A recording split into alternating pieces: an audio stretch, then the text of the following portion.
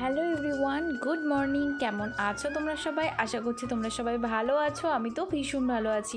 আমি তোমাদের রিয়া। আজকে শুরু করছি নতুন আরও একটা ব্লগ। তো এটা মিনি ব্লগ কিন্তু একদমই নয়, এটা হচ্ছে মিনি ব্লগের তুলনায় একটু বড় হতে চলেছে। তো সকাল সকাল ঘুম থেকে উঠে দিদুনবাড়ি থেকে চলে আসলাম সোজা মণিবাড়িতে এসে সবার আগে এই মহান ব্যক্তির সাথে আমি দেখা করে নিয়ে তারপর তো বাইরে দাঁড়িয়ে দাঁড়িয়ে বোনের সাথে এখানে আম গাছে আম দেখছিলাম আর বলছিলাম দাদাকে বলার জন্য যে দুপুর টাইমটাতে একটু আম মেখে দেওয়ার জন্য। ঘরে আসতে না আসতেই দেখো মান্তু আমার পিঠের নিচে ঢুকে পড়েছে।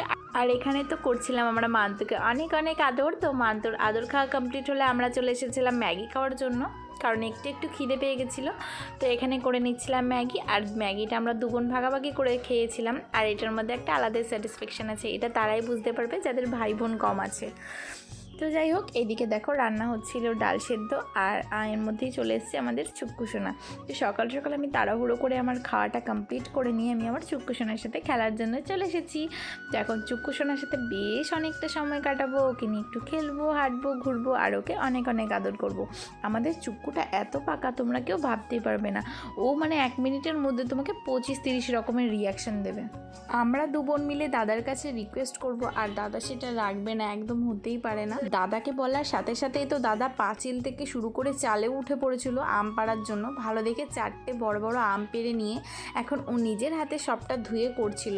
তো এখানে আমগুলোকে ভালোভাবে ধুয়ে নিয়ে আমরা এখন আমগুলোকে ছাড়িয়ে সুন্দর করে স্লাইস করে দারুণ একটা আম মাখা করব, যেটা তোমাদের সাথে আমি অবশ্যই শেয়ার করব।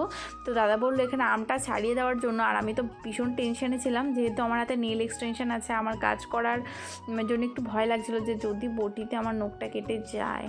তো তারপরে আম মাখাটা হাফ হতে না হতেই আমি আম টেস্ট করতে শুরু করে দিয়েছি, আর একটু ঝাল কম হওয়ার জন্য আবার লঙ্কা পুড়ি এর মধ্যে ঝাল অ্যাড করা হলো। তো এরকম মানে টক ঝাল ঝাল মিষ্টি মিষ্টি আম মাখা খেতে কে কে পছন্দ করো অবশ্যই কমেন্টে জানিও আমাকে। আম মাখাটা যে কী পরিমাণ দুর্দান্ত হয়েছিল আমি তোমাদেরকে বলে বোঝাতে পারবো না। আমি কিন্তু সেরকম একটা আম মাখাটাকে অতটাও মানে খাই, বাট অতটাও পছন্দ করি না। বাট আজকেটা জাস্ট অসাধারণ হয়েছিল, দারুণ হয়েছিল। দাদা মেখে দিয়েছিল বলে কথা, দারুণ আবার হবে না। তো আম মাখাটাকে খেয়ে ঘরে এসে দেখছি মা এখানে রান্না বসিয়ে দিয়েছে। আজকে কি রান্না হতে চলেছে তোমরা যদি গেস করে থাকো তাহলে অবশ্যই আমাকে কমেন্টসে জানিও, যদিও আমি ভিডিওতে দেখিয়েই দিয়েছি। তাও এটা কি যদি চিনতেও পারো তোমরা আমাকে কমেন্ট করে জানিও। তো এখানে রান্নাবান্নার সেকশন চলছিল, খাবারের কালারটা তো দারুণ এসেছিলো। তারপর আমি ওগুলো দেখে গিয়ে স্নান করে নিয়েছি। আর এখন স্নান টান কমপ্লিট হয়ে গেছে যেহেতু, তো এখন একটু হালকা করে স্কিন কেয়ার করে নেব। তো আজকে করেছিলাম একটু হেয়ার ওয়াশ, কারণ বেশ কয়েকদিন ধরে আমার চুলটা বেশ অয়েলি হয়ে গেছিলো।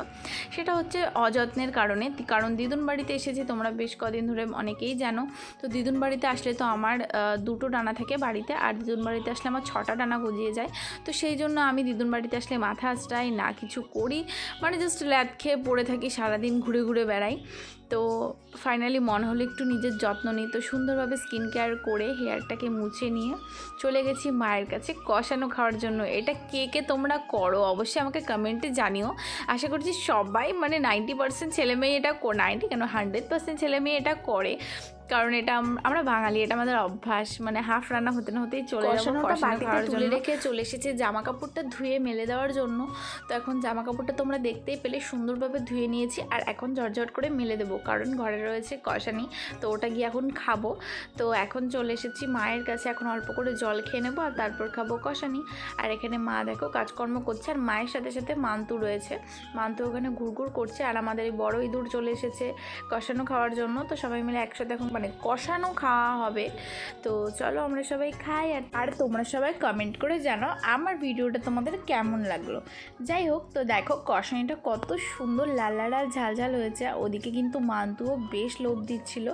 তো তারপর এখানে ভাবলাম একটু মাকে হেল্প করে দিই। তো এখানে করে নিয়েছিলাম পটল ভাজা, করেছিলাম 1 পিস মাছ ভাজা, যেটা দিদুনের জন্য ছিল, কারণ চিকেন রান্না হয়েছে সবার জন্য, দিদুন চিকেন খায় না, আর সেই জন্য দিদুনের জন্য অল্প করে মাছ ভাজা করে দিয়েছি। আর শুধু তো মাছ ভাজা ভাজা দিয়ে ভাত খায় না, ডাল আছে, তাই জন্য তার সাথে করে দিয়েছিলাম একটু আলু ভাজা।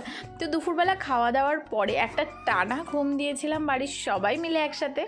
আর দেন তারপর সন্ধ্যেবেলা ঘুম থেকে উঠে দেখি বাইরে বেশ সুন্দর ঠান্ডা ঠান্ডা হাওয়া ছেড়েছে, আর হাওয়াতে তো প্রচুর আম পড়েছে গাছের থেকে, তো সেটাও তোমাদের সাথে শেয়ার করব। এই যে দেখো কত সুন্দর সুন্দর ছোট ছোট আম পড়েছে গাছ থেকে, একটা আছে ছোট ছোট গাছের আম আর একটা আছে প্রচুর বড় বড় আম। তো সবই তোমাদের সাথে ভিডিওতে আস্তে আস্তে শেয়ার করব। আর এখন দেখো এই ঠান্ডা ঠান্ডা হাওয়ার মধ্যে বাইরে বসে সবাই মিলে একসাথে আড্ডা দিচ্ছিলাম। আর তারপরে এখানে দেখো ঘরে আসার সাথে সাথে মান্তু আমার গায়ের সাথে সেটে একদম ঘুমিয়ে পড়েছে। আর এখানে সন্ধ্যেবেলা টিফিন বানানো হচ্ছে, কারেন্ট চলে গেছে, এই অন্ধকারের মধ্যে আমরা সবাই করব টিফিন। তো এখানে চা করছি, আর চা করার পরে না যে রান্না করার খুন্তির পেছনটা দিয়ে আমি চাটাকে ওরকম গুলিয়ে নিচ্ছিলাম। এটা কে কে করো আমাকে অবশ্যই কমেন্ট করে জানিও, লজ্জা পেও না, এটা বাঙালি ঘরে হয়েই থাকে। তো এই যে এখন চাটা বানিয়ে নিয়ে চলে এসেছি। আর আমার পুরো ভিডিওটা তোমাদের কেমন লাগলো কমেন্টে জানিও। দেখা হচ্ছে পরে নেক্সট কোনো ভিডিওতে। আর হ্যাঁ, আজকে সন্ধ্যাবেলায় খেয়েছিলাম চপ, সিঙ্গাড়া আর একটা ছোট্ট ফুলুরি। তো ভিডিওটা লাইক করতে ভুলো না, আর কমেন্ট করে কিন্তু একদমই জানাতে ভুলো না ভিডিওটা তোমাদের কেমন লাগলো। সাবস্ক্রাইব করে দিও।